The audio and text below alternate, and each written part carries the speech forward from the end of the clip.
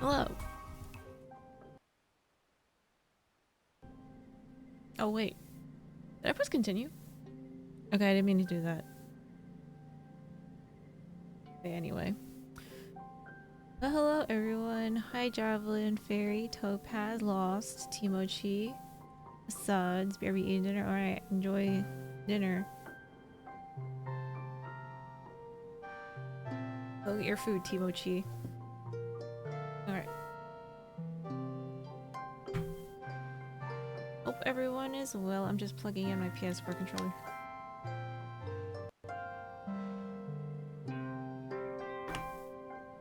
Okay.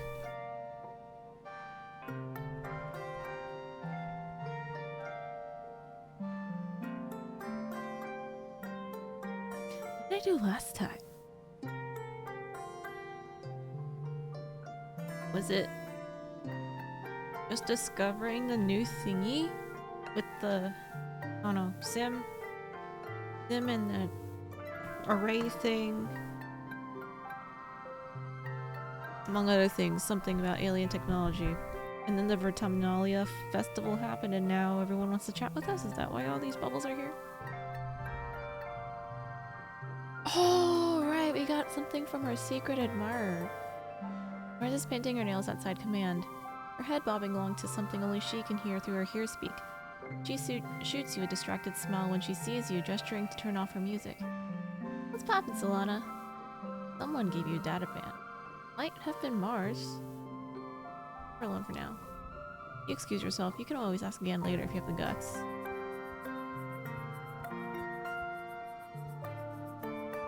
Hey. Tang? Is it Tang? She's like the highest hearts I have. Where's Dis though? Ay, so fast. This is here. Find Dis loading some equipment into the expedition's vehicle. He nods at you as you approach before going back to his work. Gave you a data band. Might have been Dis. My secret admirer? No. He squints at you. Weird, but I'm not a stalker. What? Hi, Otto. Thanks, Otto.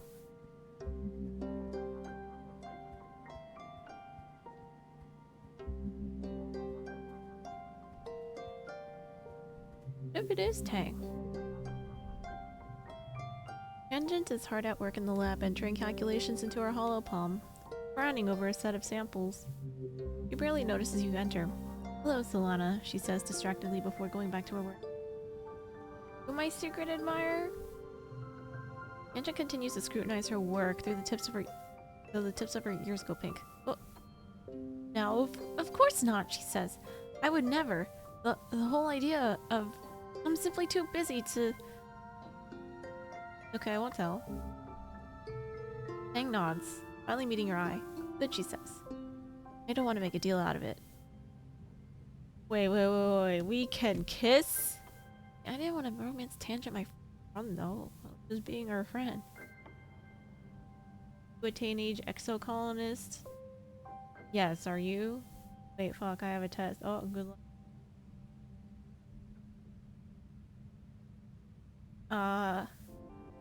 Do I get an achievement for this?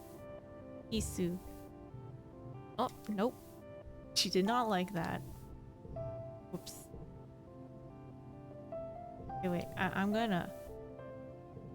Load. Why won't it load? Oh my god.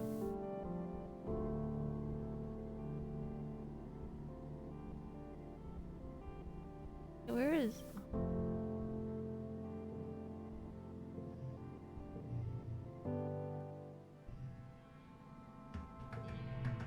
Okay, let's ask. Okay, I won't tell. Don't pass. Tangent seems relieved you're willing to let the matter drop and quickly goes back to work. Wait, what are we? Oh my god. Level 10. Arts. I'm still trying to get this as my romance, though. At the beginning of the game, you read it as xxKanade. No, we're colonizing the planet. Why would we be ex-colonists?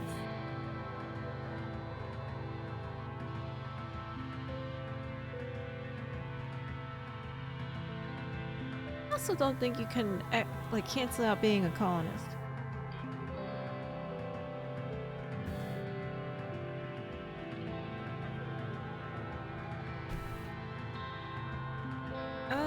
Well, we found that out and everyone's chat bubbles disappeared. An ex-colonist would be a former colonizer realizing colonizing is wrong and turning over a new leaf.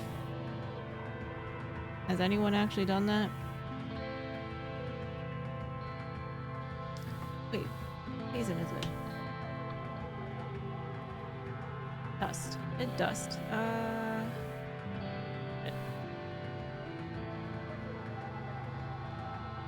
I need the birthday chart in front of me. I have to find it.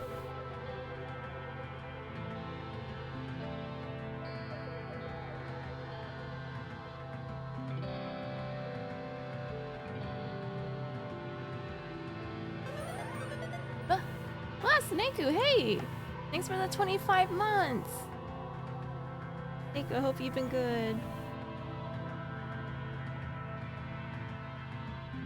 Hang on, I'm looking up metagame.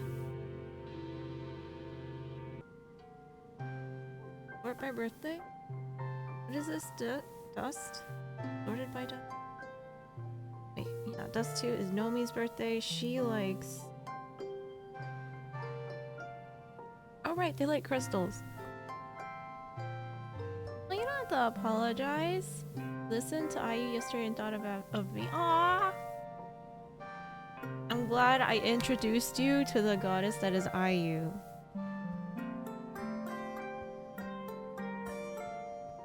Was it shopping? You know me. Give this to Nomi. Ooh, Nomi exclaims, making grabby hands at the pretty crystal. Happy birthday to me! I can't believe you remembered! Thank you! Oh, she's so cute.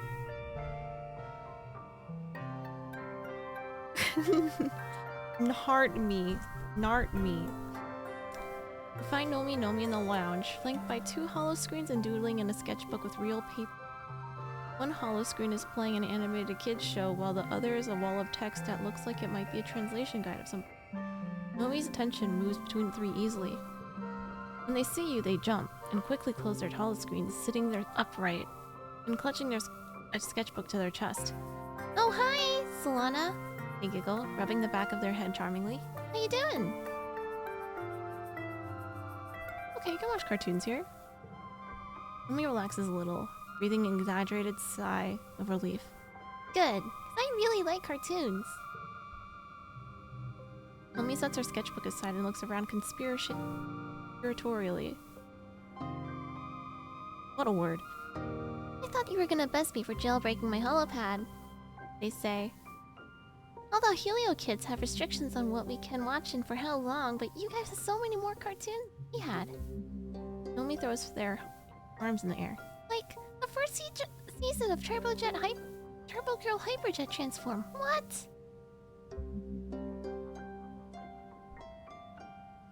It was one of her new songs. You don't remember the name of it. She's come out. She's coming out with a whole new EP. And she has a TikTok account now because I kept getting fed her videos of her dancing. She's done like a bunch of like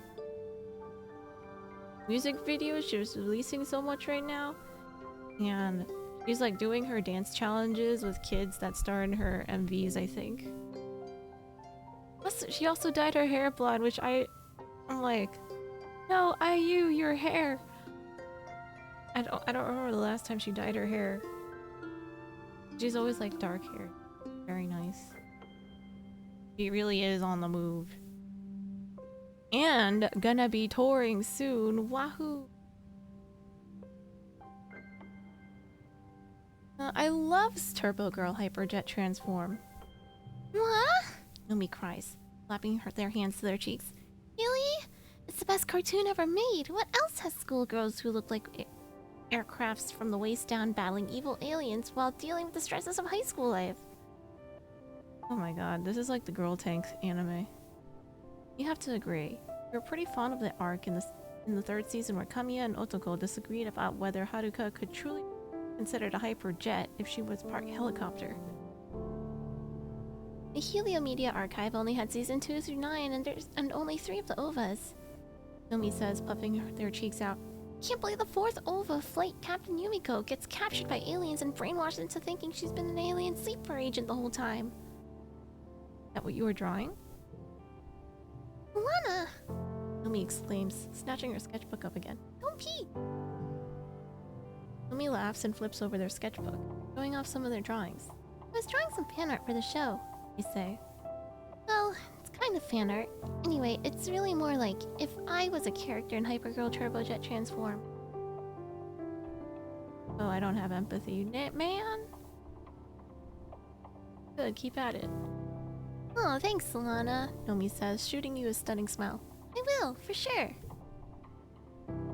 Alright, cool. Going to your Uni open house and Uni card collection today. Wow, that's exciting. Uni card as in like identification card stuff?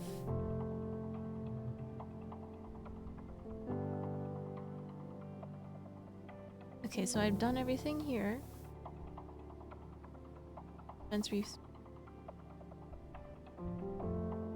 Would it tell me if I have a boss thingy?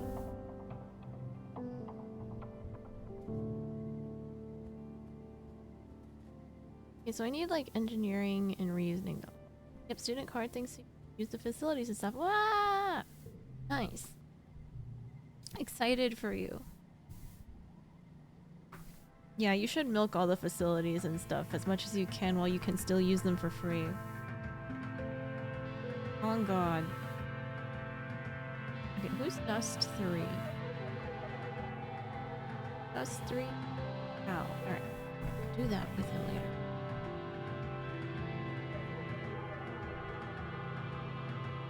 Biology and organizing. Biology and toughness. Let's do biology and toughness.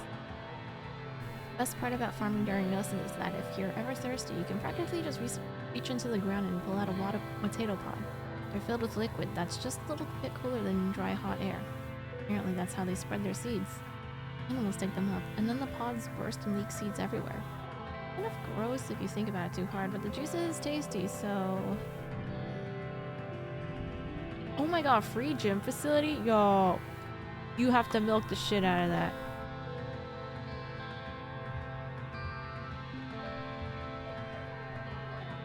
For real, on God.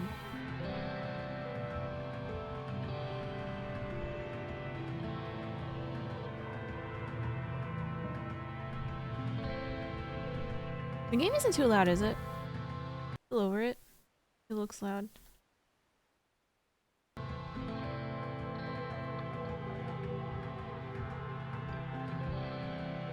Okay, it is...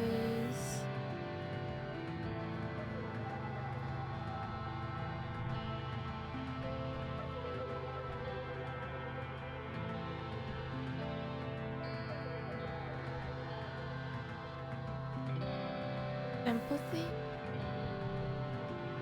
What if I tutor the kids? Oh wait, I gotta give you your present.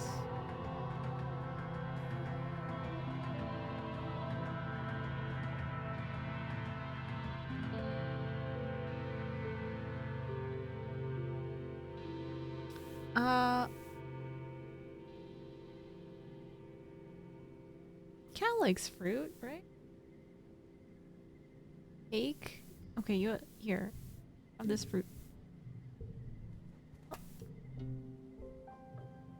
had plans to hang out with Cal today, but when you arrive at the geoponics dome, it's worryingly dark inside.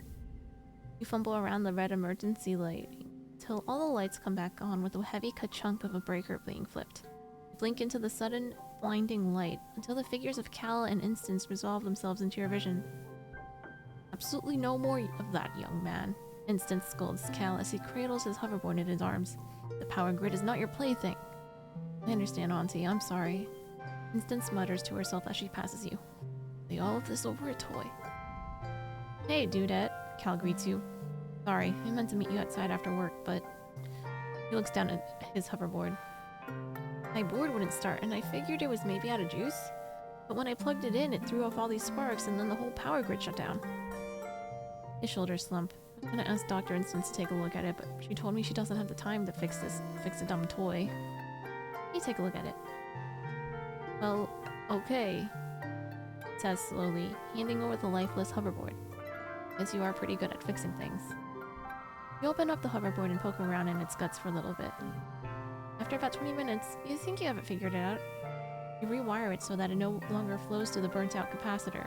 Stick a little duct tape in there and close the casing. Al takes the hoverboard and cautiously flips the switch. And voila! It floats! It hovers even. Radical! He shouts and then covers his mouth with his hands. I mean, this is totally cool, Solana. Thank you so much! To celebrate, Kel lets you take the first spin on the board. Oh, it plucks like a wild animal under your feet, and Kel catches you as you stumble off of it.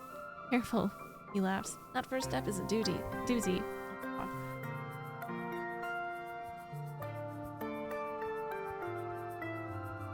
Bad news is your lat is still strained. You have 0 mobility now. Do you need to sit in like an ice bath or something? Anything good?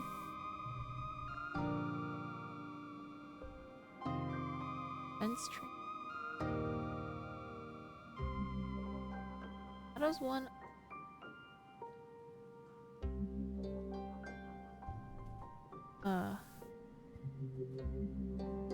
There's one...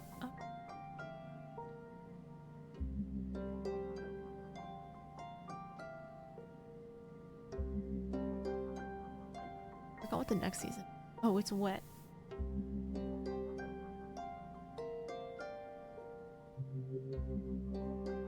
Okay, well, I'm gonna give Mars a flower. Oh wait, no. Mars have a flower.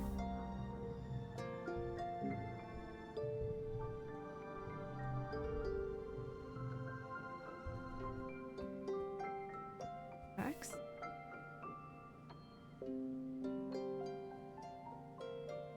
Rex likes logs and cake.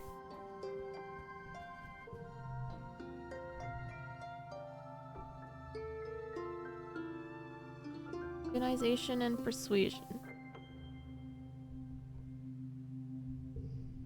Did I just buy all the cake?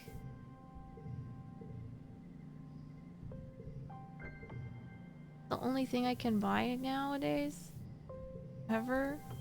Forever? I don't know if there's like other stuff that comes up.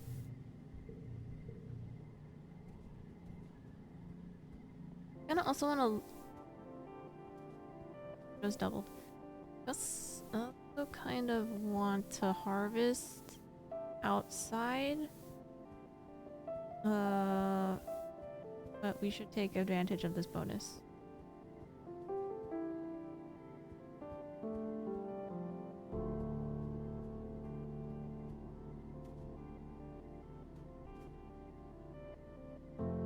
Oh, I already maxed her out.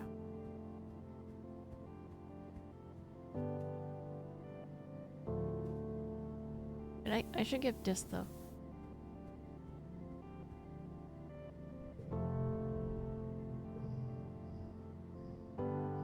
Here, take this. His eyes light up when he sees your gift. Whoa, he says. Is this... Where did you find this? It looks like some kind of alien artifact. It's gotta be.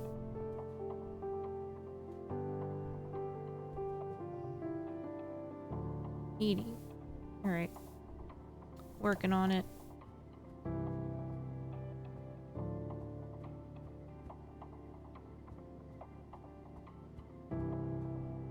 Wait a second, am I missing anyone? Oh, I still haven't met 2 people.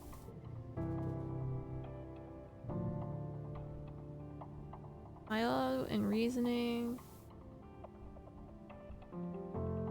Creativity and persuasion. Reasoning and empathy. Let's do this one. You hear a scuttle of metallic legs. What the heck? A strange knee-high robot bursts into your engineering lab, going full tilt on its 6 spidery legs. Slams into a wall hard enough to knock itself down. It seems to be having trouble getting back up again and is flailing its metal legs around dangerously. Fix the robot. Oh ho! Professor Howell laughs sheepishly, coming in to find you playing with the obedient little bot. Got away from me again. It's always busting out of the robotics lab. Oh, a robotics lab? Yeah, they put me in charge of the robotics lab on the new ship, Hal explains. Between you and me and this new thing, and this thing. I think they probably should have asked Instance first, but she was too busy. Watch as you play with the bot. Hot dog, you're good. You're so good at engineering, he says with pride in his voice. You should work on the robots we have now.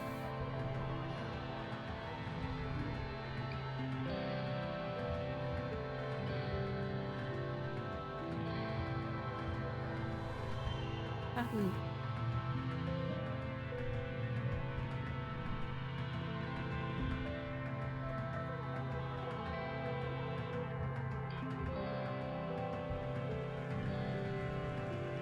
Ew. Autoplay fairy sometimes plays the best hand for you. But only sometimes. Okay, wait, who's early wet? I might have accidentally gifted someone too fast. Oh no, Mars is, and I gifted her yesterday.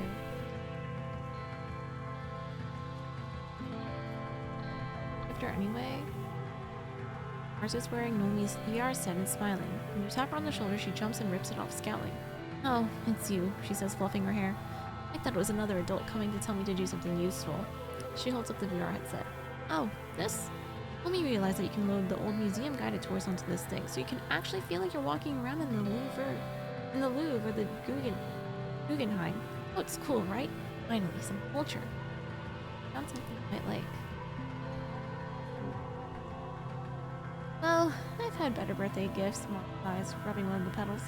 This will look nice in my hair, I think. Thank you. Well, she liked flowers. Right? What the heck are you talking about? Yes, she does. Why'd she lie to me? God. Who else?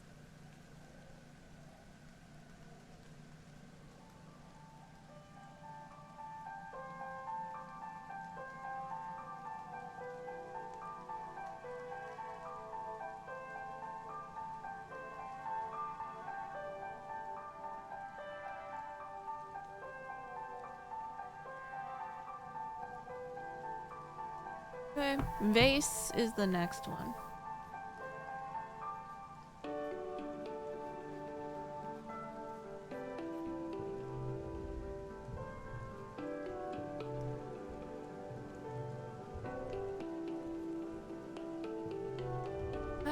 I should go out and collect things. Off last? Doubled for 3. Oh wait, that's website.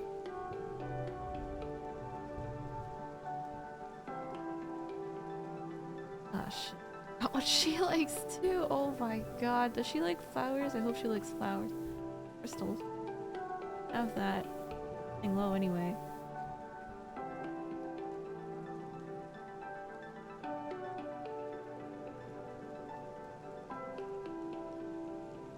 Also like strange devices though.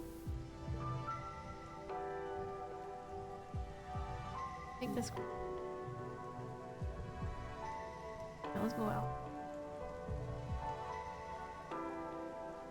Wait, the plains is the winter stuff?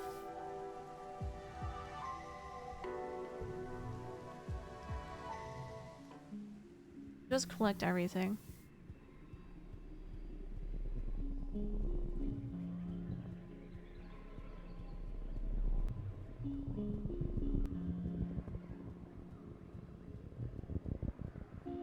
Oh, it's Sim.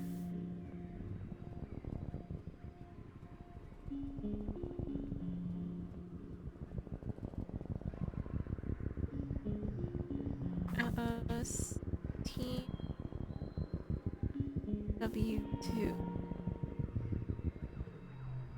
For once you see Sim before he sees you. Crouched just off the path, staring at a flower, his face blank. He doesn't react as you approach, so you want... So perfectly motionless, you'd think he was a plant too. His eyes, his eyes are unfocused. Is he accessing some sort of mental interface? Eventually, you clear your throat. Sim carefully stands up and turns to face you. For a moment, you're not sure if he recognizes you, and then he tosses his head and a grin leaps to his face. Huh, Solana, you caught me checking in with the boss. Your boss is that flower? Oh, of course not. That flower's my great aunt. You look at the flower. It's part of a dense vine that fills much of this end of the valley. You're not sure whether he's joking this time. My boss. As I told you, they aren't fond of change. They're also very much like your boss, what's she named? Utopia? He tilts his head to one side. Her name word is fitting, isn't it? He lays one finger against his chin. I appreciate that she always reminds you not to get yourself killed. I wish you'd listen to her. I can take care of myself, I think. He replies, his eyebrows arches eloquently. I'm not sure you realize just how many times I've had to help you with that. If the boss finds out I'm talking to you, I'd be in trouble. Oh, shh, he murmurs and puts his fingers to his lips. Why keep talking to me? He smiles warmly. Because you're the girl of my dreams. Literally. Can't seem to stay away from you. And because you humans are different. I'm so bored of everyone else on this planet. Other gardeners, my boss, they have everything on Vertumna just the way they like it, and they don't want the teeniest thing to change. Boring. See that tree? He points to a large tree with many long limbs stripping from it and embedded into the ground. That tree was a small creature for part of its life cycle. You call it the Vriki. Once it plants its roots, that's where it stays for the rest of its life. Gardeners spend time as trees do. Gardeners spend time as trees too. Sometimes hundreds of years. If you do that enough, you start to think like a tree, set in your ways. He spreads his hands, an earnest expression on his face. I watch you. When I talk to you and learn about your species, feel inspired, feel young again. Wait, you can shapeshift? Don't you think my looking human is a bit of a coincidence? He replies, and motions to his body with a sensual flick of his wrist. It is a rather handsome body, though, don't you think? I happen to think I did quite well. Live and ample. Hi, Suds.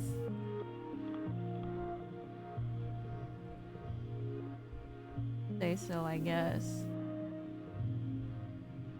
You have so many questions for this man, or gardener, or whatever he is, but as soon as you open your mouth to ask another, he cocks his head as if listening and holds up a hand. I'm sorry, he says, looking for all the world like he's listening to the dang flower, but I must away. And with that, he's gone, off to protect the wild or rescue damsels or whatever. Maybe he's just avoiding your questions.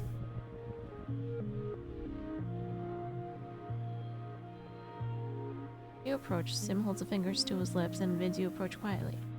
Look, whispers. Through a break in the trees, a small colt-like unisaur is taking its first tall steps into the small clearing. Its mother stands nearby, her sides heaving and gleaming with sweat. It's a few minutes old and it's already walking. Sim admires. Incredible, isn't it? Can we calm down? Ooh.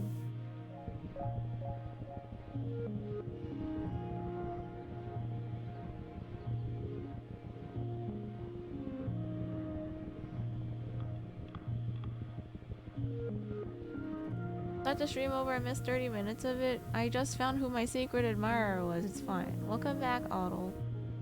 You killed everybody? No. You have this flower.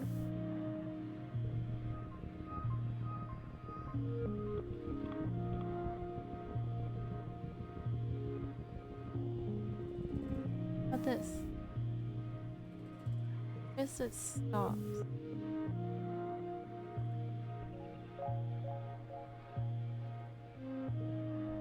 Keeps shuddering. You hear a low, long whistle and realize it's coming out of the triplet's holes. Like a very quiet bagpipe. Contracting. Large enough trippet that you're about to completely fill your basket before even touching the tender, innermost meat. Wait, It's a large enough trippet that you're able to completely fill your basket before even touching the tender innermost meat. The trippet is looking kind of bare, but you're sure it'll grow more stalks. Make a note of your map of where it is, but oddly you never find it again.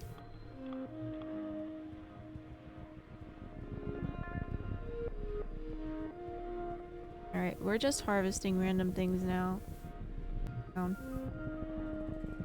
Around town. Time to— why do you have so much wine?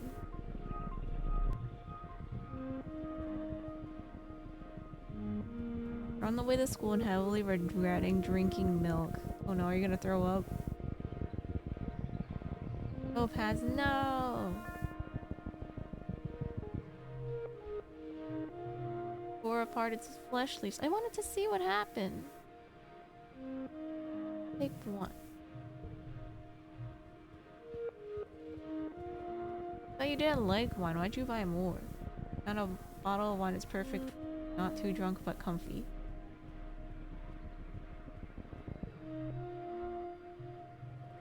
You come out of the trees into a large grassy clearing. In the middle is a— well, you can only describe it as a pedestal. In the middle of the cradle of flowers sits a massive egg. Easily larger than any egg you've seen before. White with red flecks, and it's just sitting there in the middle of the empty clearing, totally unprotected. You're gonna die. Take it. Put one up to the pedestal to brace yourself. But this thing is huge. Whatever you do, the pedestal— however, as you do so, the pedestal starts moving, and it starts growling. Its flowering appendages unfurl to reveal the face of— oh my god, a manticore! It narrows its feline eyes at you and rumbles in warning as it stands to a full, terrifying height. Figured out where the egg has come from. With your arms full of egg, you can't really fight. Your choices are limited. Keep the egg and run. I just want to see what happens.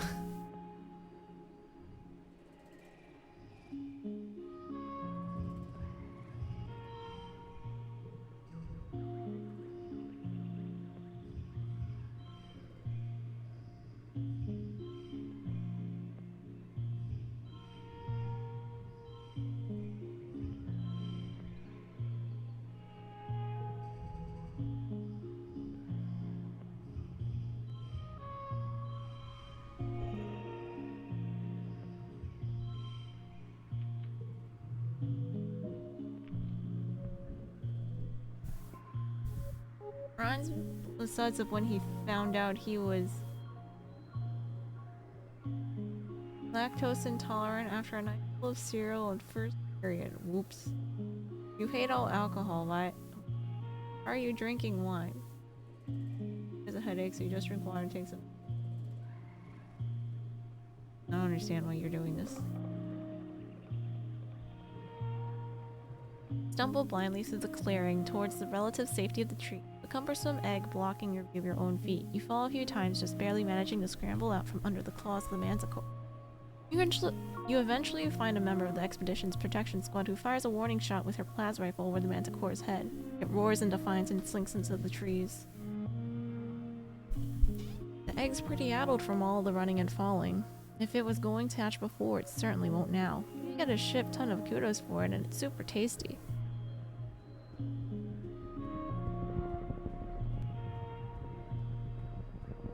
Hey, it's Utopia. Hey, it's a manticore. Yeah, I hope she's not dying or something out here. That'd be so unfortunate. Oh, is this a loop? This is a loop.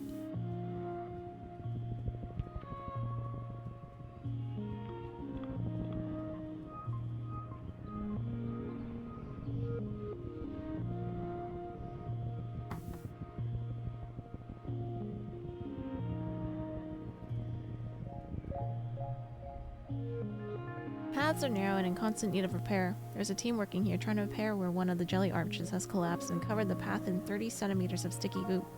Utopia waves you over. Hey, Solana, can you give us a hand? We can't get vehicles through here until this is cleared. It's gonna take all day. I have a better plan. I have a better plan. Let's use biology.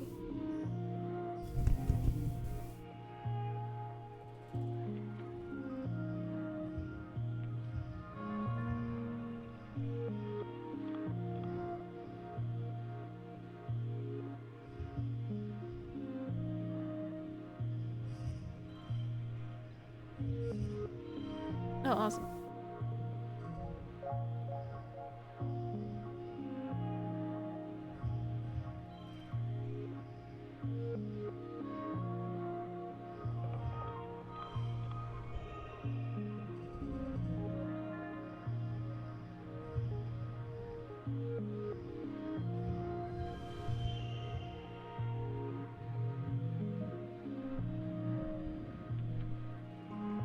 Or my computer's being dumb, so I'ma reboot. Okay. Oh yeah, you've seen this stuff desiccate in the low humidity, like in dust. You throw a powdered desiccant over it and let physics do its work. It's easier to plow through a bunch of plumped up granules of desiccant gel than it is to shovel all the slimy muck. You save a few hours.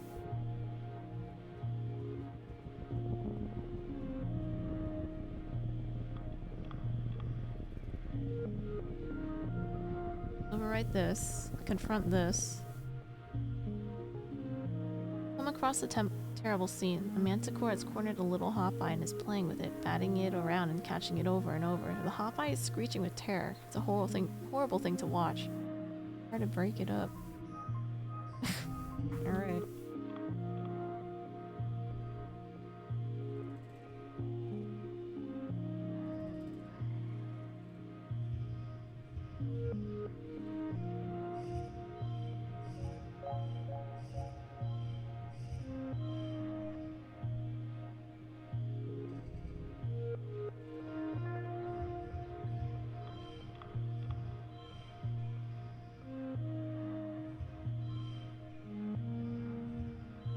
Okay.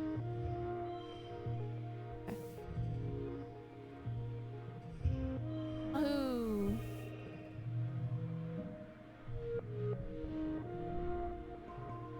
Quietly climb into a tree first. Manticores can't climb trees. You're pretty sure you remember hearing that. You'll try to scare the attacker away by hooting and throwing rocks. Put on your scary face and try to frighten it away. Manticore is so annoyed about your throwing the rocks and making a ruckus that it turns its attention towards you. It roars in anger, shivers of fear run up your spine. That's definitely a better scary face than yours. The Hopeye, who has been playing dead, suddenly leaps to its feet and bounds off into the jungle. Manticore is now very angry with you. Up and digs its claws into your tree. You hold on for dear life as the tree shakes. It roars and rustles its mane at you, pacing back and forth under the tree. It sniffs around where the Hopeye has been, grunts one last time and first wanders off into the jungle. That tree for a full hour before you dare come down. Save that little Hopeye's life. Oh, an egg.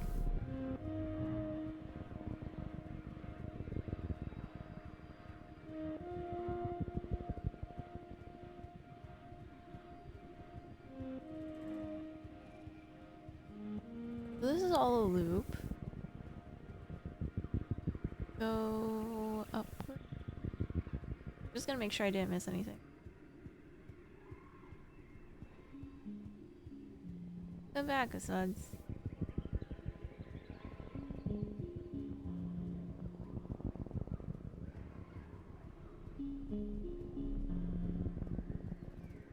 Him.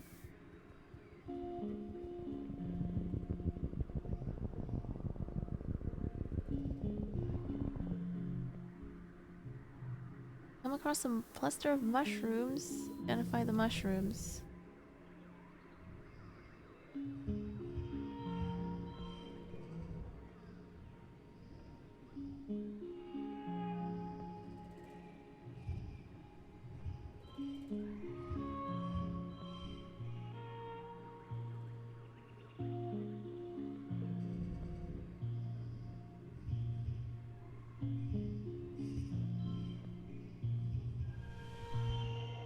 Oh.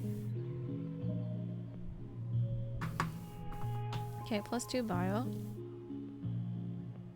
You're able to determine that these mushrooms are edible. You fill your basket with big chunks of tasty fungus. Hope is pleased with your haul. Great work. Oh wait. Oh right, things respawn faster because of my perk.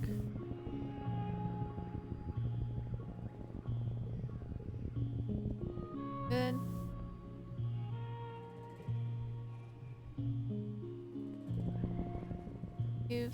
looking.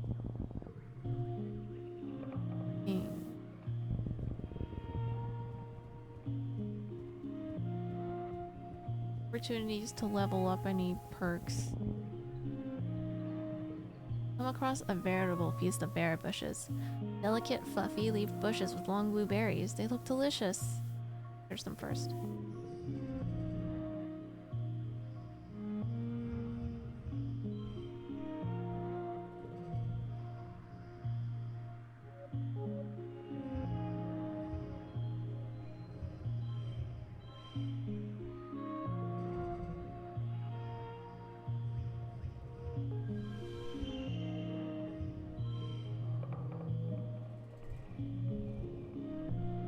Research confirms that these blueberries are edible. Harvest them. You harvest the blueberries by the handful, filling your basket. When bringing them back to Utopia, she cheers. These are her favorite. Here, sweets, she says, tossing you a berry. Have one. They're delicious.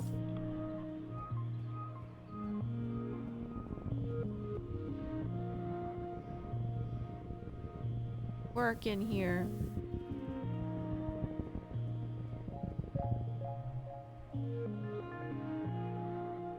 On the ground. Oh, that's sussy. Where to flow cow are grazing near.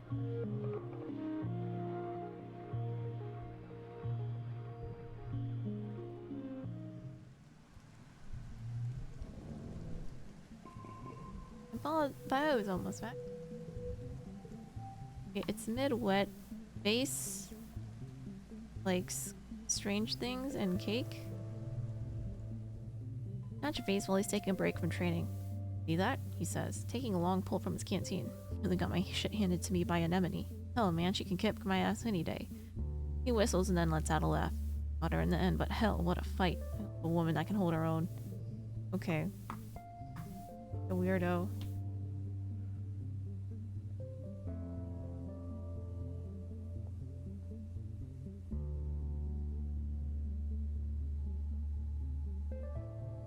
Device likes cake and the strange device. Who told you it was my birthday? He asks, accepting the pulsating device. Whatever this is, it looks dangerous. It's a good thing you brought it to me.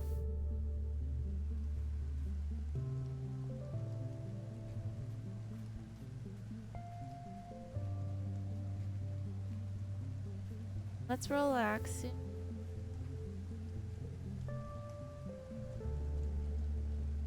Park. Cal likes to spend the evening outside in the garden with you. It stays warm for a long time out there, even after the last sun sets. It feels so different from the constant temperature of the stratospheric. Living on board a spaceship feels like nothing. Never thought about the temperature or humidity at all, but the weather is always changing here. Always a little warm and humid, even and quiet. I lost.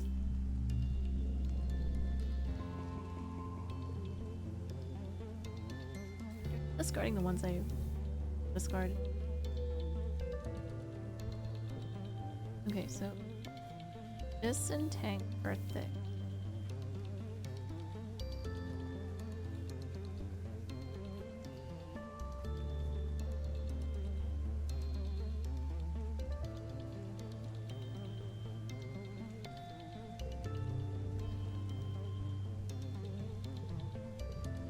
What are we? This is relaxing in the back of one of the expedition vehicles, absorbed in a hollow novel. Clear your throat, and he jumps and gives you an awkward but genuine smile. Hey, Solana, he says, pulling his legs out of the way so you can climb in beside him. Getting harder to find places to be alone here, don't you think? Still to be out exploring, but Utopia insisted that we have a rest day. Closes his eyes. He closes his hollow novel and sighs. It's just so crowded here, and it's boring. I'd rather be out there with Sim learning about his planet. This continues, looking wistful. He folds his hands over his heart. So interesting. I could talk to him forever, you know. We really connect. Oh, so this would end up with Sim if we don't romance it. Have you gotten much out of Sim? Yeah. He exclaims, sitting up straighter. Well, I mean, sort of. He still says stuff. There's stuff I'm not supposed to know yet, but I figured it out. I figured out a lot on my own. biggest thing is that this planet is basically all connected like a fungal network that's so old and complex that it's practically like a computer. I knew it! I called it like 2 years ago. And it's not just the mushrooms, the trees, the animals, and even the rocks in the water. This smiles. He didn't want me to know that one. He confides in you, but I guessed it. Remember how your dad got sick every year from the pollen when it was actually fungal spores? Well, I just started thinking from there, and yeah, it's like every year the planet refreshes its communication network of fresh spores. So cool. I knew that one. Really? Says. Well, how about the fact that it's really old? Like, really, really, really old. Like, probably thousands of years old? Sometimes he talks about stuff from ancient history like he was really there, because he totally was. He laughs a little. But he still acts like a kid sometimes, you know? Like, he loves holovids and candy and playing tricks. That too. Oh, right. He said that you helped him get access to the holovid archive. Good job, by the way. Oh, and other gardeners, says quietly. Like Sim at all. They look like... well, they look scary. Oh, no way. Okay, one more, it says, face going pink. Don't have clothes. Sim was naked when I met him. I had to bring him clothes from the colony. Blushing? No. His face going even more red. It was just really embarrassing, okay? He was naked. I didn't know where to look. What about you? What has he told you? Well, listening intently. Sim's hair seems alive.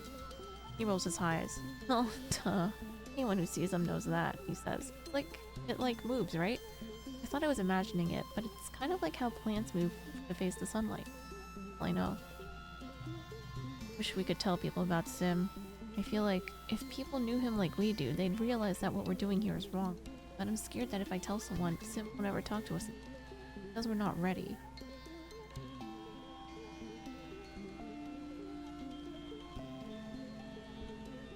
I don't know if he'll, like, get annoyed. Can't tell anyone that we know what we know. I know, he mumbles, sighing as he thunks his head against the window of the cab. I don't want to mess up whatever plan they have. Just want to help though, you know? Can't trust the gardeners. Oh, just says, looking conflicted. Maybe not, but we can trust Sim, right? This jumps out of bed of an expedition's export, slapping it fondly on the roof before turning to you. He looks uncommonly comfortable in his skin. Hey, Solana. It was a good day out there. He doesn't elaborate. This device. He scrutinizes the device for a bit, and then he scrutinizes the device for a bit, but then his shoulders slump. There are very few people in the colony I'd trust to tell about Sim. Oh, maybe. No. Much of a blather. You give this to me because it's my birthday? He asks. I hate it when people make a big... oh, wait. We've read that before. Tang likes flowers, so let's give Tang a flower. Oh, look. This thing. Hi, Kahlo.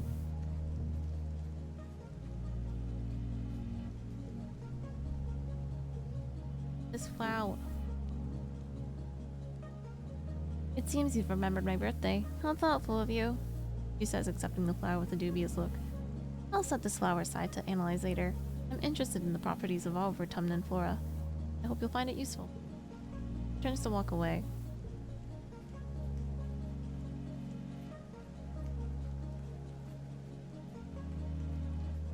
Likes flowers. It's very soon of her.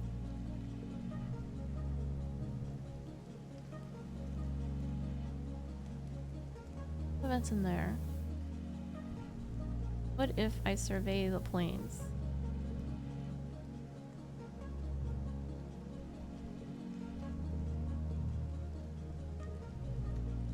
I'm just gonna pick up stuff. Oh, nice Nomi out here.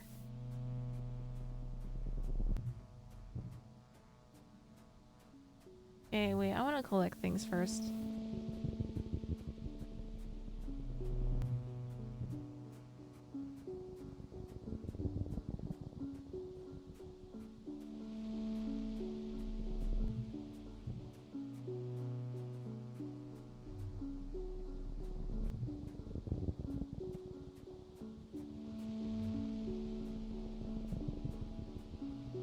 Guess he's in every map now?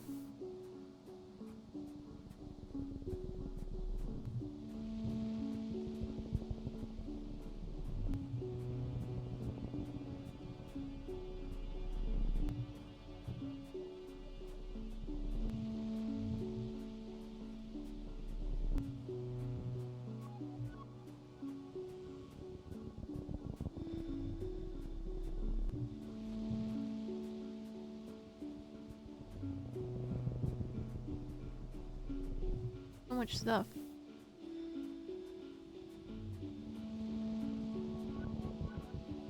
You can also go out during glow, so I don't think I'll trigger any events here unless they're like unique.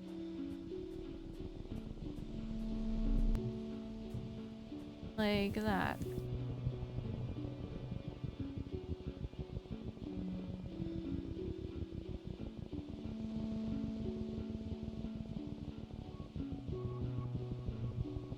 I don't know. There's a deep, perfectly circular pond here filled with clear crystalline water. Small, transparent creatures like jellyfish bob around it, rippling with iridescence. This is with you, and in a characteristically bad mood. Despite the jaw-dropping beauty of your surroundings, he plops grumpily down onto the bluff to watch the water. Watch with him. You aren't watching for long when a tentacle reaches up and plucks one of the jellyfish from the form, dragging it down into the depths. Massive Xeno must live at the bottom of this pond. Fascinating. As you watch, it plucks two more. It seems to prefer the larger, older ones. Maybe it's like a farmer, tending to this flock. Just a very sneaky predator.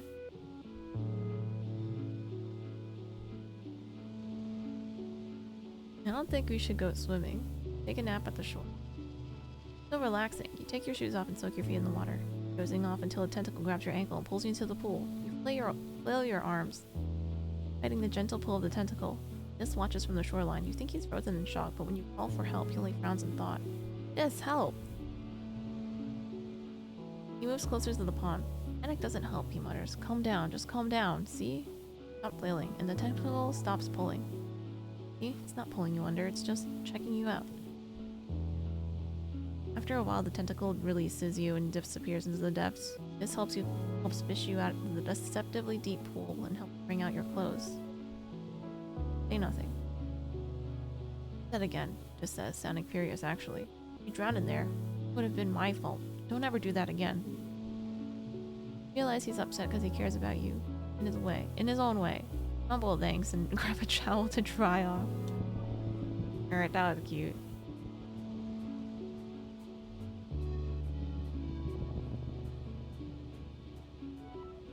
Wow, him and his sister are both tsundere.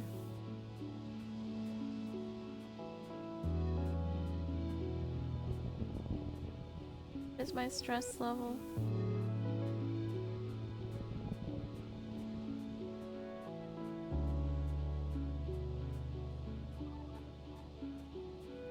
They are twins.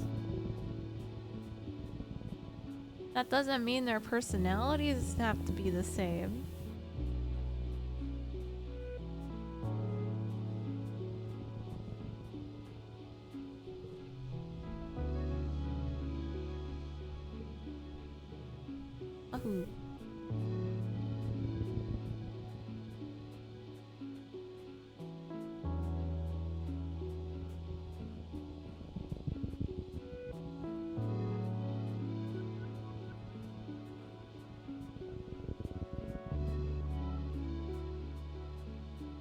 I know me. You report for surveying duty. Nomi's here. It's their first day as a surveyor. Smile wildly when they see you, smiling exuberantly. Oh, you two know each other already? Utopia says, looking to you and then Nomi. That'll make this easier. Solana, I'd like you to keep an eye on Nomi while you're out there. I'm gonna assign you to the same regions for the next little while. Just make sure they don't wander into a nest of snap bladders, okay? Yeah, hooray! Nomi cheers and gives you a high five. As Utopia explains to Nomi and some other new Helios surveyors about the surveying tools, Nomi starts to get bored and wanders a little away from the group. We see it happening, but are powerless to stop them from tripping and nearly landing in a nest of Hopeye eggs. Just about to crash into the delicate spun glass cocoon when Utopia materializes as if out of nowhere and grabs them by the and scruffs them by the back of the collar. Nomi, pay attention! Nomi giggles, like they don't even realize the danger of being stampeded by upset hop-eyes beginning to gather around. Utopia ushers them back to the group before things get trampoline. He asks a million questions about the eggs. Are they edible? Do they have hard shells or soft? What is the cocoon made of? How long until they hatch? Utopia sighs. Just get out of here, you two, she says, before the cute little varmints turn ugly. So is Nomi back out here? What if I just leave? 100k more shine. And you can do the 300k combo.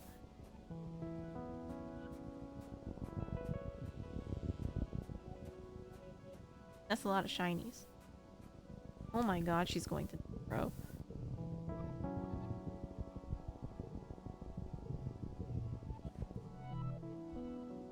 Do it yourself. Oh, right.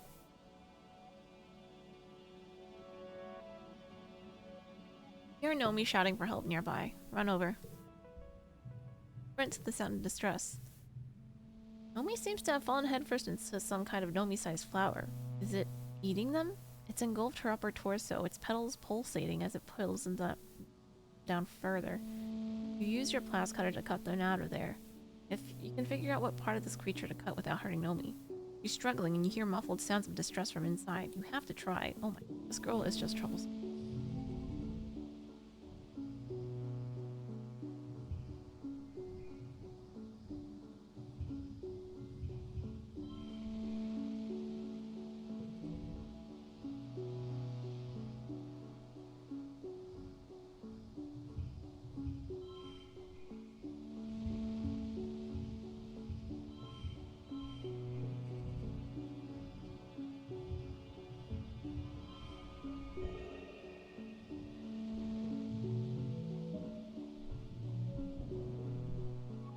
You delicately slice the lyre flower at the underside of the base of its flower, which you guess is the creature's neck.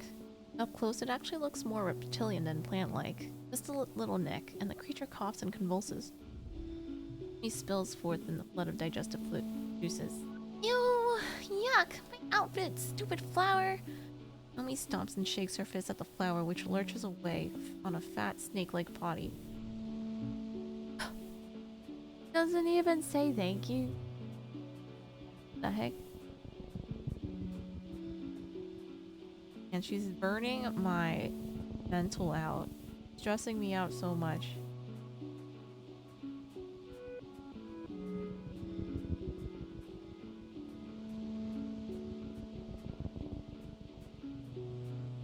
You got another one? No? What if she's in like a random event?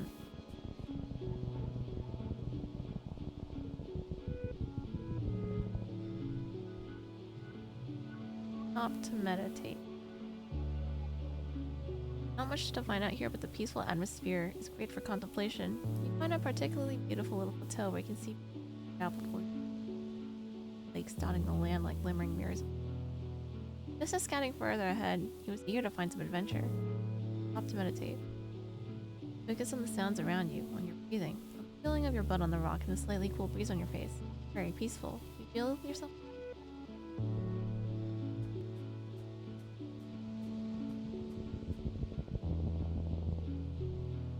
Today, you hear a crash of thunder from somewhere. Like it's getting closer. Oh, this. Stay calm. As its movement.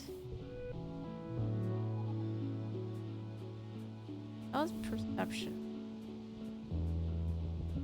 This one.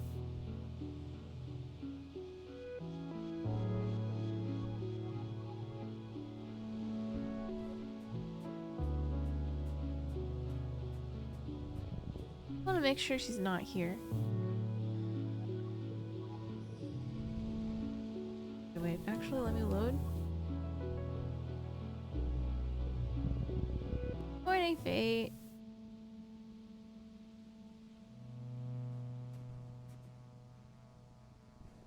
So this puts me at full. What if we happen to come up with this? Oh, so the right move is to meditate there.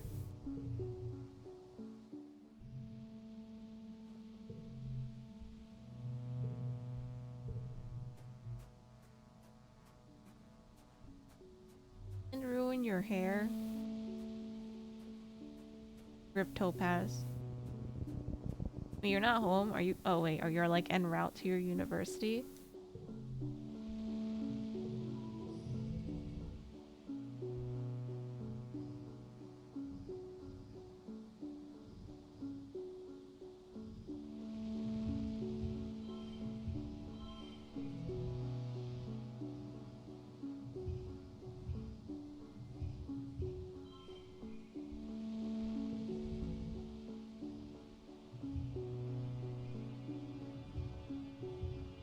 Oh.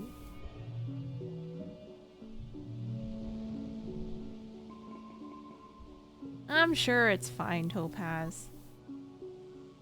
Not scared of the pond or whatever for my live in it. You march up to the edge, keep your eyes on the shiny prize and paw around the snow looking for that shiny whatever it is. A crystal.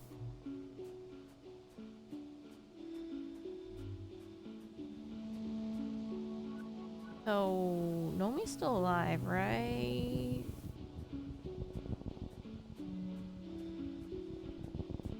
There's six.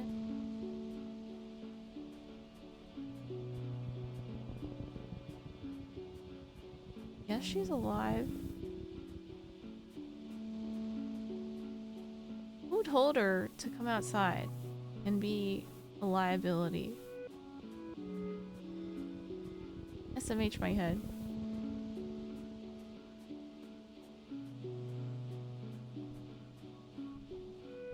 Yeah, I don't see her anymore at all.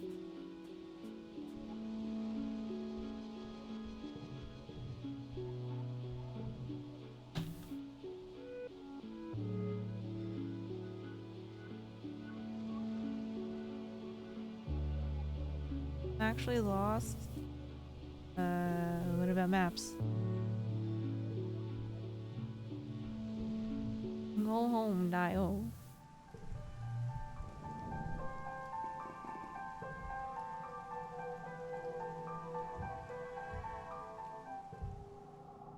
Ooh, I can go outside. This is their second glow now. With Helios.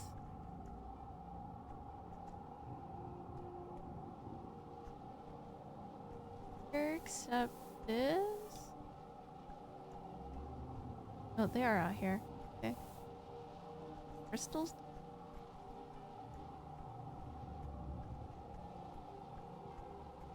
Here it is. Hi, Dad. You spot your dad standing stock still, his eyes closed and head tilted to listen. Hi, Gooseberry, he says. You ever paid attention? Oh wait, no, we've seen this one. Cal stands in the middle of the garden looking around at the blanketing dark and eerie glow from the nearby fungal forests. Never knew plants could be like this. Amazing. Working on.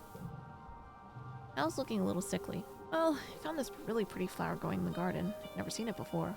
Take a look. Hey, you've seen these before. The rad plant. Teach Cal how to clothe their petals so they're not dangerous. Wow, thanks, Cal says. I feel better already. You're a botanical genius, Lana. Send him to the medbay for treatment for the radiation sickness anyway. Now... Cal reaches up and strokes one of the native plants in the garden, its light reflecting onto his awestruck face. We landed here. We didn't even know this was possible. What else don't we know about this place?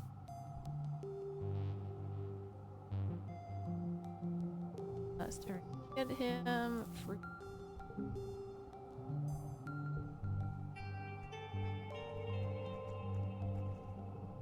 Hey, Tang. It stands to reason that there will be some sort of attack this glow, as there has been in the other years, she says, looking out to the walls. My hypothesis is that each attack will grow in intensity until we are eradicated from the planet or become a dominant species. With how difficult this year was on our food supplies, we're certainly entering the season at a disadvantage. What is flower? Find it useful.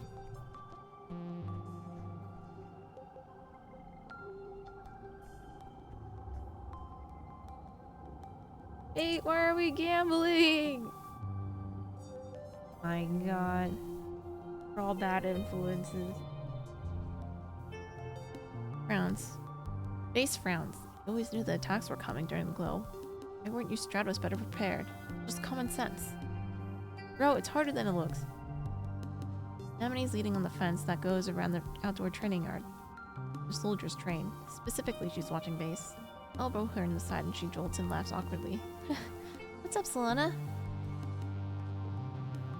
This egg. You're a hero, she says, taking the egg. And I'm starving. I'm gonna get the kitchen to cook this up right away.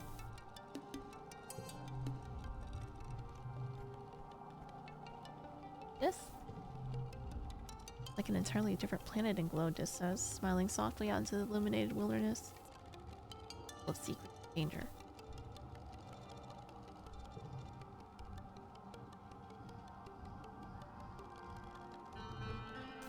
Have anything for right now? Okay.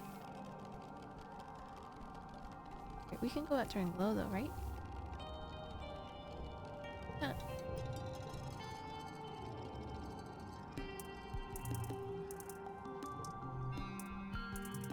Glow's no time to be exploring. It's far too dangerous. The gates are closed and survey expeditions halted until the light returns. And you happen to know a way out. Sneak out to explore the glow. Oh, this is nearby. What if we can stop the attack before it happens?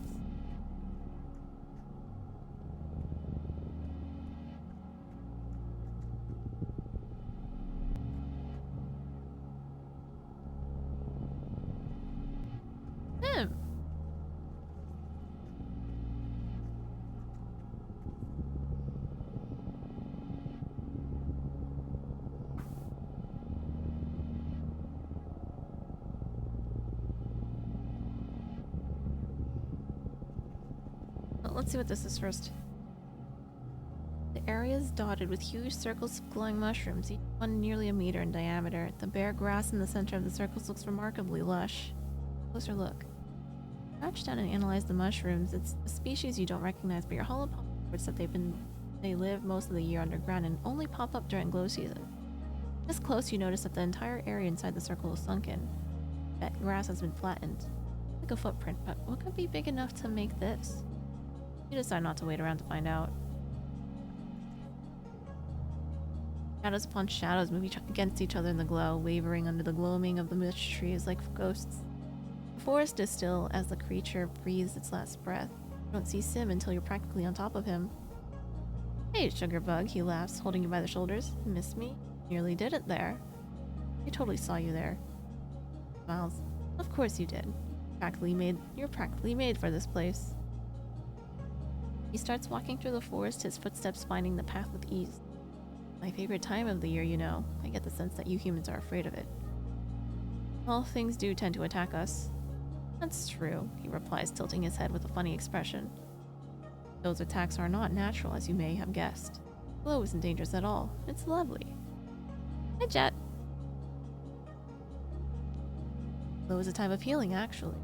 Time for the creatures of this planet to go dormant and reflect on themselves and to strengthen connections with other life forms. Of course, the planet repels you, adds, raising his hand to stir a cloud of glowing spores drifting above your head. You don't connect. You're like a burr lodged against its skin. Sim continues. I'm sure you have some questions for me as usual, he says, his voice wry. Seriously, what's up with the wormhole? Just like that? You'd like me to unravel the mysteries of the universe for you? Suffice it to say, I don't think you could fully understand it even if I explained everything I know. He looks up at the wormhole with a thoughtful expression. Truthfully, the wormhole is older than even this planet. It operates on a level of space and time that are beyond even my comprehension. The universe is impossibly vast and unknowable. Sure, you've already noticed that it's related to your foresight, yes? He asks and you nod.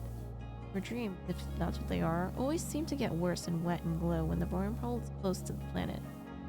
The individuals such as yourself are sensitive to the wormhole's effect of time and space, fluctuations and eddies in the normal linear flow of reality. Think of it like an echo, only not your own. Think of it as a version of yourself stood in the spot and shouted.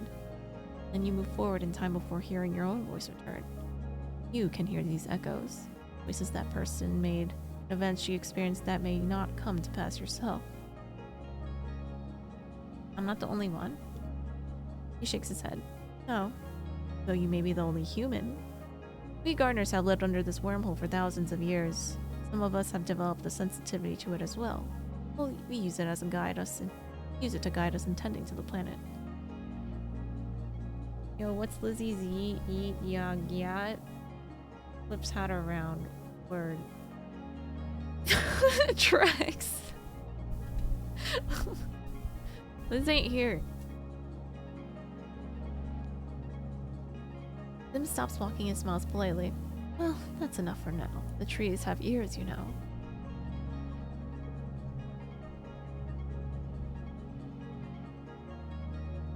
Out-of-spawn shadows move against each other in the glow, wavering on the gloaming of bush trees like ghosts. The forest is as still as a creature breathing its last breath. You know to look for Sim in the hollows of the trees now. His eyes gleam in the permanent night. Hello again, Sugarbug, he chuckles. You're getting pretty good at navigating in the dark. Continues walking. Behind the glow flies, he says, stepping aside to let a flurry of multicolored insects twirl by. He won't heal me? Man.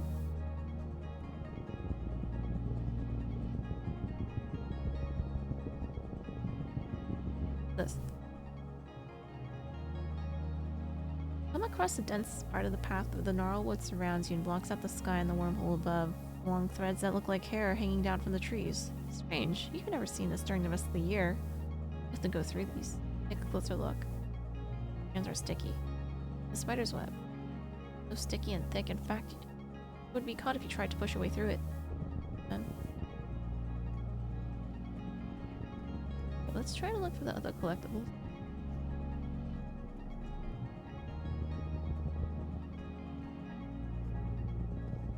Oh, that there. Oh wait, this is the shortened version. Okay, let's fight this thing. Crossing a section of wilderness here, where the plains don't throw off as much luminescence as other parts. It's oppressively dark here. Use your hollow palm as a flashlight, focusing the light as a beam to slowly make your way through the glowing underground. The beam of your hollow palm sweeps over a familiar form. Manticore. Your heart skips a beat at encountering this fearsome beast in the dark. This Manticore isn't a deadly killer of the colony's cautionary tales. Actually, it looks terrified. It backs up against the tree, cowering, eyes rolling in panic. Your light on it. You're too scared to move your light away, convinced it'll pounce under the cover of darkness. Try to hold your light steady, you're shaking. So's the Manticore. Then you realize it's not even looking at you, staring into the forest to the right. Slowly grasp that the Manticore is not scared of you, it's scared of something else. Oh no. It suddenly screeches and peer and bolts off to the left. You hear something absolutely enormous moving the trees off to the right where the Manticore was staring. Deep grinding sound, like ancient trees rubbing together in the wind, except there's no wind. Turn off your flashlight and hold your breath. Hear a loud thump. Stillness again. Wait a full 20 minutes in the complete silence. Gradually, the insects chirp and the other noises of the forest return, and the glow bugs drift lazily back into the air. I didn't even realize they were missing, as if the entire jungle was holding its breath too. Whatever it was, it seems to have moved on.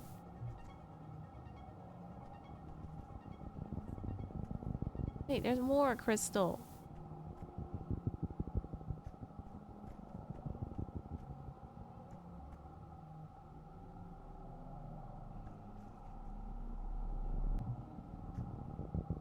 Oh wait, there's even more?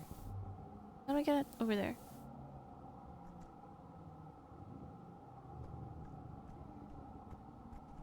Oh, this way.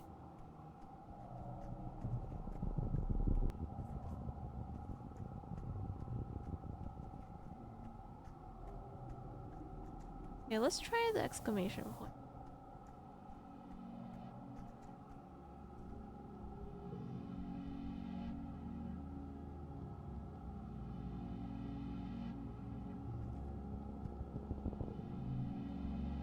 Climb up a plateau ringed with gnarled wood trees. The view is fantastic.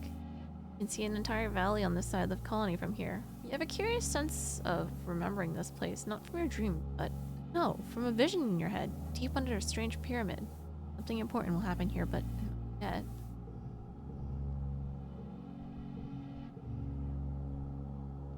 Take samples. Your quest for knowledge continues, so you take some samples and analyze them with your holopalm. There are wacky things here. There's glowing mushrooms you've never seen before and a strange amount of deadfall, as if there's been some kind of localized tornado. Log fake location data, so it looks like you found these things inside the colony.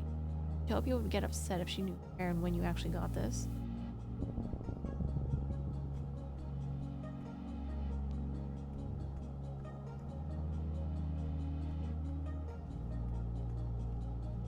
Is this manticore safe or not?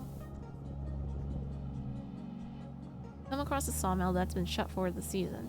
There's movement inside and something in there is yipping and moaning in pain. You approach it carefully and find that some sort of dog-like creature has gotten trapped in the machinery. It growls at you and then blinks its eyes. And its other eyes. And then its other eyes. Boy, it has a lot of eyes.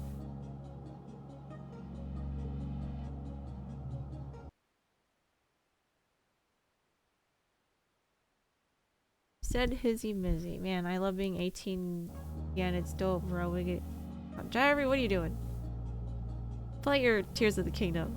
What was what?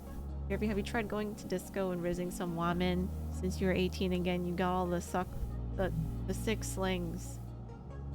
Dang, guys, what I missed. My mom was using my Twitch account, says Jeremy. Dang, no way she said that. Oh, hey, Liz. We're just talking about you. Actually, Jeremy was trying to be like... I think he was trying to say hi to you or something, and I was like, you're not even here? Oh no. Jeremy, what were you trying to say? Jeremy was saying a bunch of nonsense, and then your name was mixed in that.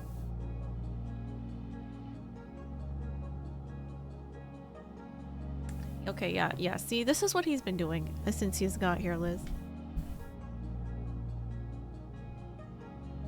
At least this dog thing. Try to come near, but it bites at you ferociously, nearly taking your hand off. You don't see a way you can safely free it. Watch. Sit to watch it, hoping to learn more about it, or at least a way to free it without endangering yourself.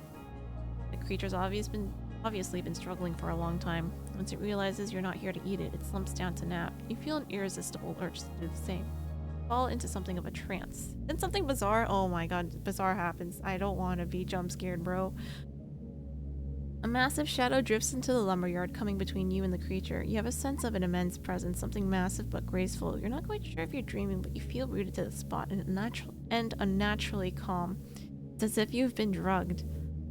The shadow stays a while, observing you curiously, and then it drifts away again. A gardener? Blink coming out of your trance. What's happened? Did you fall asleep? You look back over to the machinery and realize the trapped eye beast is gone. You're not sure if you feel relieved or terrified. Or eaten. You decide to get the heck away from this place now and ask questions later. What the heck? That was spoopy.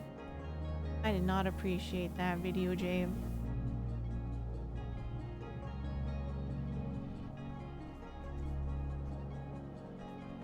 Spoopy 5 me. Huh. What the fuck?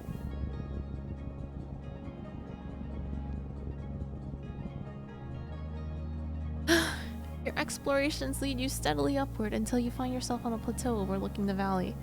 The colony is a dark little smudge below, a break in the magnificent natural luminescence of glow. From here, the wormhole feels so close you could almost touch it. You're not alone up here. Your heart leaps into your throat as you spot it, a silhouetted dark on dark under the eerie light of the wormhole, a faceless. Stay to watch it. Atop this high plateau, ringed by gnarled wood trees, the massive creature stands staring at the sky. As you watch, mesmerized, some of its swaying tentacles open up and a glowing dust oozes from them, rising like smoke into the night. And it's gone? The whole entire faceless just vanished in the blink of an eye, or did you imagine that? You rub your face, easing the sudden tension that has sprung behind your eyeballs. approach where it was standing. There are footsteps here. Giant footsteps, each ringed with mushrooms pushed up from the moist soil by the weight of the beast. You gingerly realize you're standing in the middle of one. Faceless, if it indeed was standing here, it could crush you as flat as the grass between your feet, beneath your feet. Find other signs of it. Trees have been knocked down in a circular pattern here, and the bushes and grass have been pushed up into one big mound, leaving the rest of the plateau clear. You remember this place now, from your visions. From under the pyramid, and from long before that. You feel as if you've always known. Something important will happen here soon. Staring up at the wormhole, immense in the sky above, just as you remember doing in your vision. You wait. Wait. Wait. You yawn, you check your holopalm. It's hard to keep track of time during the glow, but it's getting late. You look around, but nothing has changed, and they're perfectly still. Wait. Wait. The wormhole seems especially huge right now. Is it always so big? You imagine that you can see whole galaxies in its slowly spinning arms, tiny flecks of rainbow light being sucked into the black hole in the center, but it's so much closer than a galaxy, so close it could swallow you and all of Vertumna in its hungry, ethereal maw. Am I stuck in here? Because I'm not losing stress, bro.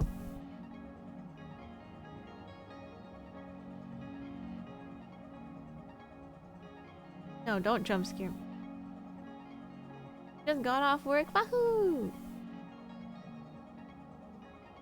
Here, hi Trex, have you also been infected by the cult of Espa Jervi? Is you. As house residents. Yo, go back to my hizzy. Never mind, I was using it wrong. Oh my god. Jervy's now the founder of Church of Cheepy Cheepy Choppa Choppa. No, that's too wholesome for him. Liz is my favorite Liz out of all the Liz's I know. Look, it's me. They put me in my favorite game. Wait, what? Faceless? That's a Meganium? No. Salutations, Lizzie. I think my vaccine against the Jer virus is not up to date anymore. Oh no, has Trex been infected? Alright, who can summarize Breath of the Wild for me? I just learned Tears of the Kingdom is a direct sequel and you never played the first one. You woke up with a serious hangover. The wild breathed out and you got amnesia. Or what the heck, it's gonna be 90 on Monday? Woof. Trex says, Jervy, just watch a Breath of the Wild speedrun. They're like 20 minutes long. Something seems off. Where do Link and Zelda come to play? Keep waiting? Alright. Okay, I'm covering half my screen with my sleeve because I don't want to get scared. The floor seems quieter, as if expecting something. The wormhole swells as you stare into its depths. It's been hours. It's now well past the middle of the night. You're exhausted, but you keep away. You feel hypnotized. You've always been waiting. You'll always be waiting, staring up the wormholes, being sucked into its depths. Shadow falls over you. Slowly lower your gaze from where you've been staring at the wormhole for hours. Your neck stiff and sore. Straight ahead of you, what you'd earlier thought was just a shadow of the trees is the Faceless. It was there all along, watching you. It takes a heavy step forward and then another. It moves gently, its feet sinking into the soft ground and pushing up phosphorescent fungi from below to explode to the surface in rings of jubilant light. You don't move as it approaches. It took all your energy to look away from the wormhole, but you're still completely spellbound. The Faceless looms over you, as big as a building. Its zippered neck gapes grotesquely and its tentacles wave gently through the air. Tasting it, feeling it, smelling you. Ends of two tentacles open, and that strange glow mist flows up from them. Down. It envelopes you in its tentacles. Even as large as you are, and you breathe in its spores.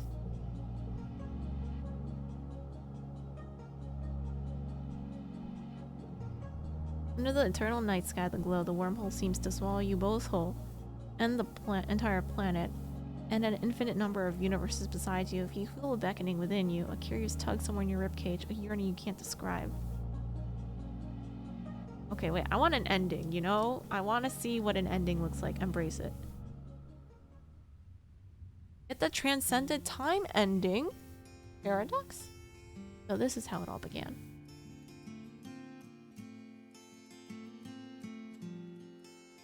Transcended time.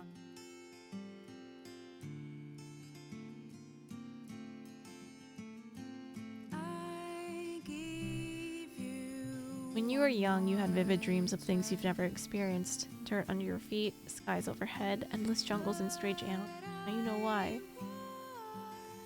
A moment of time. You on the plateau, drawn in. The wild faceless as mind-altering spores, and the pulsing wormhole above. This moment cascades backwards and forwards all through all time and space, through all of your lives. What binds you to those other lives and gives you glimpses of this moment. It's infinite. You are, in this moment, connected to all your other moments, what has been and what will be, what could be or what or will never be. Some scraps slip through the web and touch all the other you out there. You. All the you that you could, that have been or could be, forever changed. Your friends in the colony, it may appear that you've fallen into a coma from which you'll never wake, but the consciousness is free. In that infinite moment, to visit all lives and possibilities at once, you have transcended. The moment of your death, as your brain cells fizzle out one by one and shut forever, a vision swims in your mind's eye. That person? Wait, that's the me of the future. Seems so familiar. You feel like you know them so well. Oh, you, the ancient. Your arms are covered with so many data bands, so many lifetimes of knowledge. Ancient speaks. The ancient you speaks without moving her mouth, not in words but in something like pictures. Still, you understand. Look at you. I mean us. She shakes her data bands with good humor. I suppose that explains how we got here, Frowns. It does get boring though, doesn't it? Knowing everything at once, I mean. Understand if you'd want to go back to how things were. She looks over your shoulder into the distance. Into a distance you cannot see. Like when it was simple. You only had caught a glimpse of the time web. Oh, to be a baby again. Just a simple, naive child. I could have done better. There was a girl. When young together, Tammy, with the cotton candy hair. Such a shame to see a life snuffed out so young. He gives you a look as if to say you were somehow responsible for this. Wait, were you? Could you have saved her? You have a chance to take another path. Change the way our life turned out. She reaches out her hand. Come with me.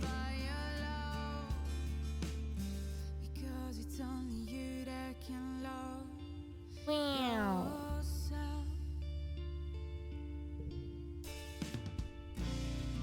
Okay, that's one. Wait, I wanna see the other one. That was your first ending, but you got it in your 20. You love this end. It took you a while to get this end. You didn't get the tentacle monster for a while. Wait. So you have to do things to trigger this monster to pop up? And this was Timochi's first end, but he got it in year 20?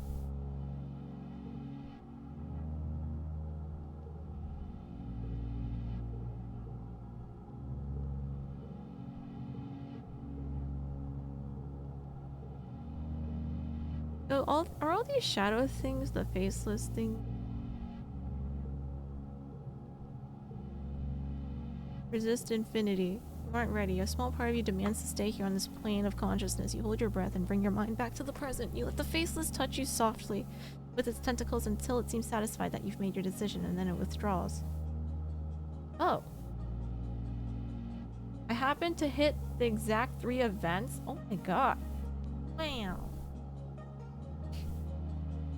Am I so good? Unlock tentacle monster first try. This thing looks like a cabbage. Wait, okay. I just wanted to see what happens. Does it still register if I like load back and then try to do something else? I wanted the achievement though, and I got the achievement. Wahoo! No, I didn't know what it was.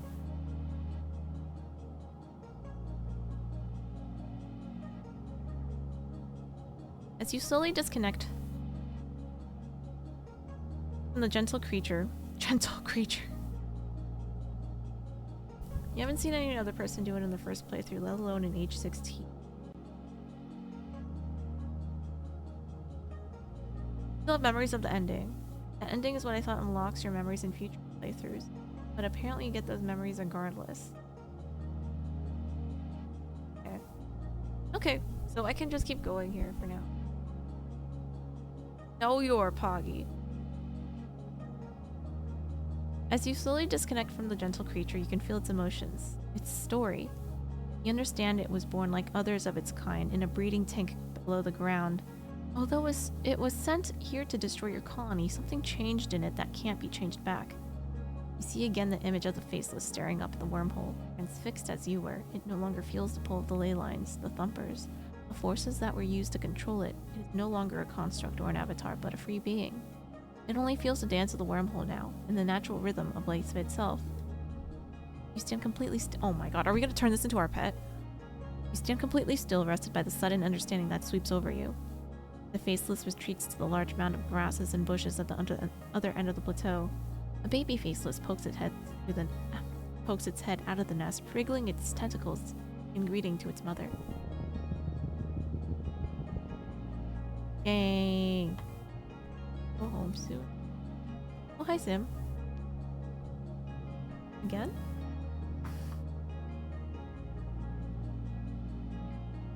Infinity. Shadows upon. Okay, wait, I already read this. Hello again, Sugarbug, he chuckles. Have you come to ask me more questions? Oh wait, he's walking. Okay, so he's walking through the forest right now and having us follow. What's with the Faceless I saw? Ah, he says with a gentle smile. Constellation. Seen. That's very lucky, you know. Don't ask me how she does it, but she manages to sneak around these woods like a ghost. The Faceless weren't exactly designed with subtlety in mind. He lets out an amused puff of laughter. But she's something else now. Don't worry, you only see her around in glow. She doesn't like the sunlight. Unless you breathe in pores, she's harmless. You fix him with an incredulous look and he shrugs. I was quite the upset when she broke away from the hole and went to seed, but as you humans say, life finds a way. Stops walking and smiles politely. Well, that is enough for now. The trees have ears, you know. Can you heal me? Nope. Okay, so that Faceless has a name and it's Constellation. Wow. Okay, wait, there's one more event at the very entrance.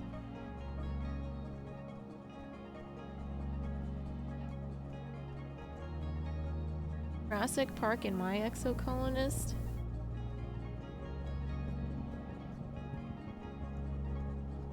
Welcome back, Asuds. Wait, where's the dinosaur? Okay, so were the events that triggered it those two manticore things? And then I had to walk back and I found it again? Well, I also like talked to Sim too.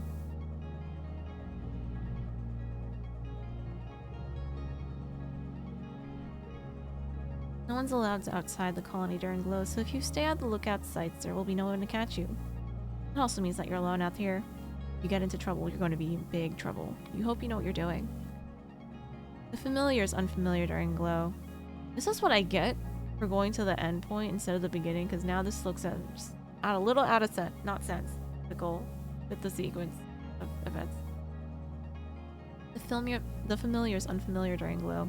The sky is dark except for the eerie light of the wormhole, seeming so much closer than it usually is, and the gloom makes the shadows deeper and more mysterious. It's so hauntingly quiet that you can even hear the movement of animals, the beat of soft wings, a whiff of something large in the distance. That curious sound. It's a stork moth taking flight. Its usually dull plumage is an iridescent rainbow, glowing warmly in the dark of the glow. It slowly glides to the mushroom tree. You've been taught to be terrified of glow season since you landed here, but there are monsters out here, circling the colony and attacking anything they saw, but it's so much more serene than you were expecting. Maybe they were wrong? Lying to you? Huh, nothing changed. Oh my god, that scared me. There was another one where you found yourself in a big footstep. There's foretold that you need effort. Oh, okay, yes. I did randomly click on a blue question mark and it was a hole. A giant footprint mushroom thing. Wow, okay, yeah, that's supremely lucky. Oh my god. That's crazy.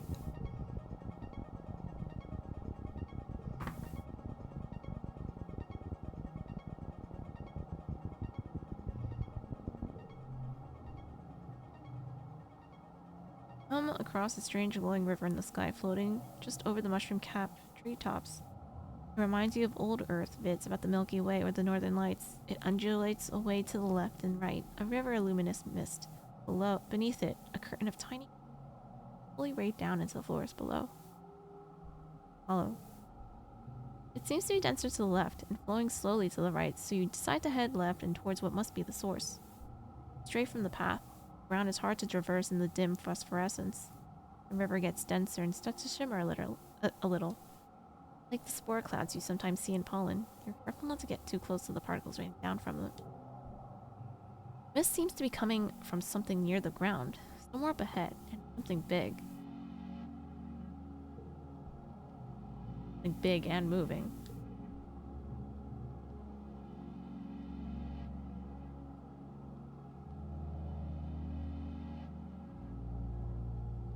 The strange river of lights is flowing from something on the next plateau. It's heading east and trailing this glowing dust, some kind of spore maybe, behind it. You could go down into the ravine here and try to keep following it, or safely cross under the eerie stream where you were going before. Keep going? Wait. I want to see if it works.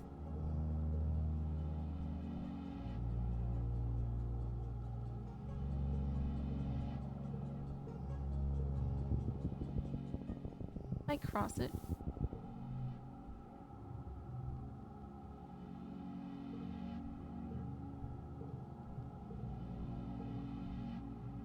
Crossed under it. Okay, nothing happened. Wait, what is number 4?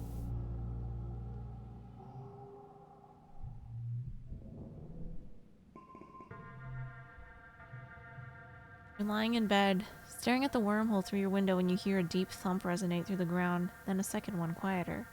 The woven roof of your room quivers, unleashing a season's worth of fine glowing dust to sift through the air. Oh, that was the 4th possible event to trigger the faceless. Oh, okay. You saw them all. Ah, got you. Okay, thanks. Oh. When you open your window, you hear voices sounding the alarm. The annual offensive is here, and leading the charge are 2 massive faceless. Join the fray, I guess. You grab a plas rifle and report to the front, where a line of soldiers has taken up arms and is waiting for orders. Colony prepares to defend itself against the 2 building skill faceless, as well as a teeming swarm of smaller Xenos that see towards you. Hold steady, orders Security Chief Rhett. Keep the line! No! Governor Lum yells, running from the front gates to the front defensive line. He elbows Rhett out of the way and waves his arms wildly. Bring them closer! Draw them in! Rhett stops himself before shoving Lum back, but just barely, you can tell. Are you serious? We can't let them any further into the colony. We're going to fight them on our territory, Lum cries, raising his plasma rifle over his head with one hand. We have the walls, let's use them. Let them come inside and pick them off, one by one. The fuck? Can't pick off a faceless, Rhett sputters from the sidelines. Lum smiles maniacally. You can see the gleam of his teeth from here. I have a plan, just follow my lead. And with that, he turns and begins to run towards the approaching animals, roaring taunts and firing wildly into the fray to draw them close. At a loss, Rhett motions you all to fall back and let the animals approach. The area just inside the gates becomes a swirling melee of smaller Xenos and plas rifle fire, the 2 faceless lumbering slowly behind. Try to stay out of the way.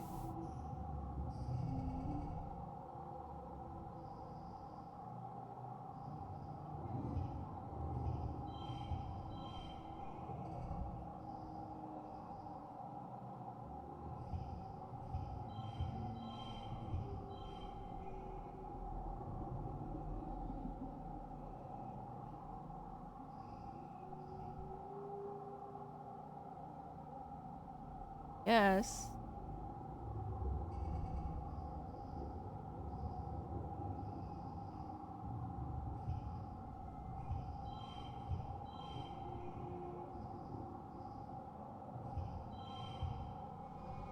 Ooh.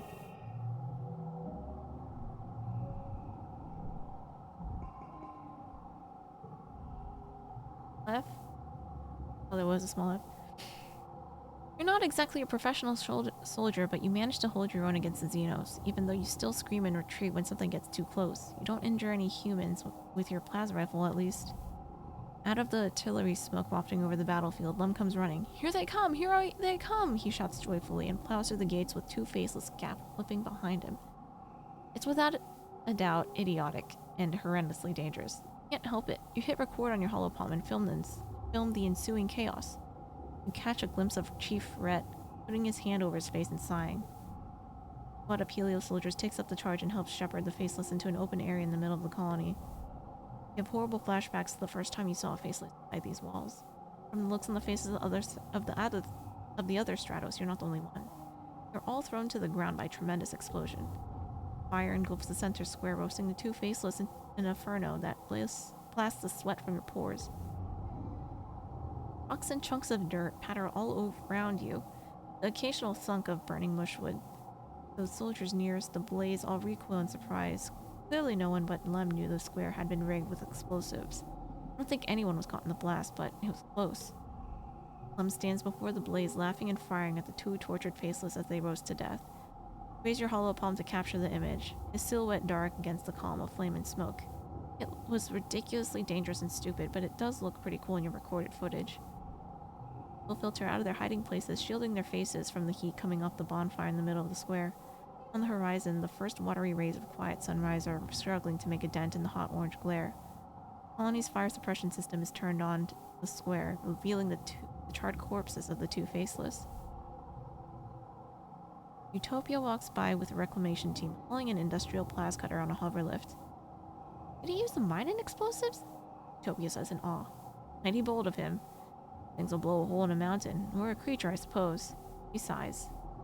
Wish he could have saved them from mining. That must have been the last of them. Sure can't make any more. She and her crew are out of earshot as they pick their way down the blast crater to carve up the Faceless for recycling. Fortunately,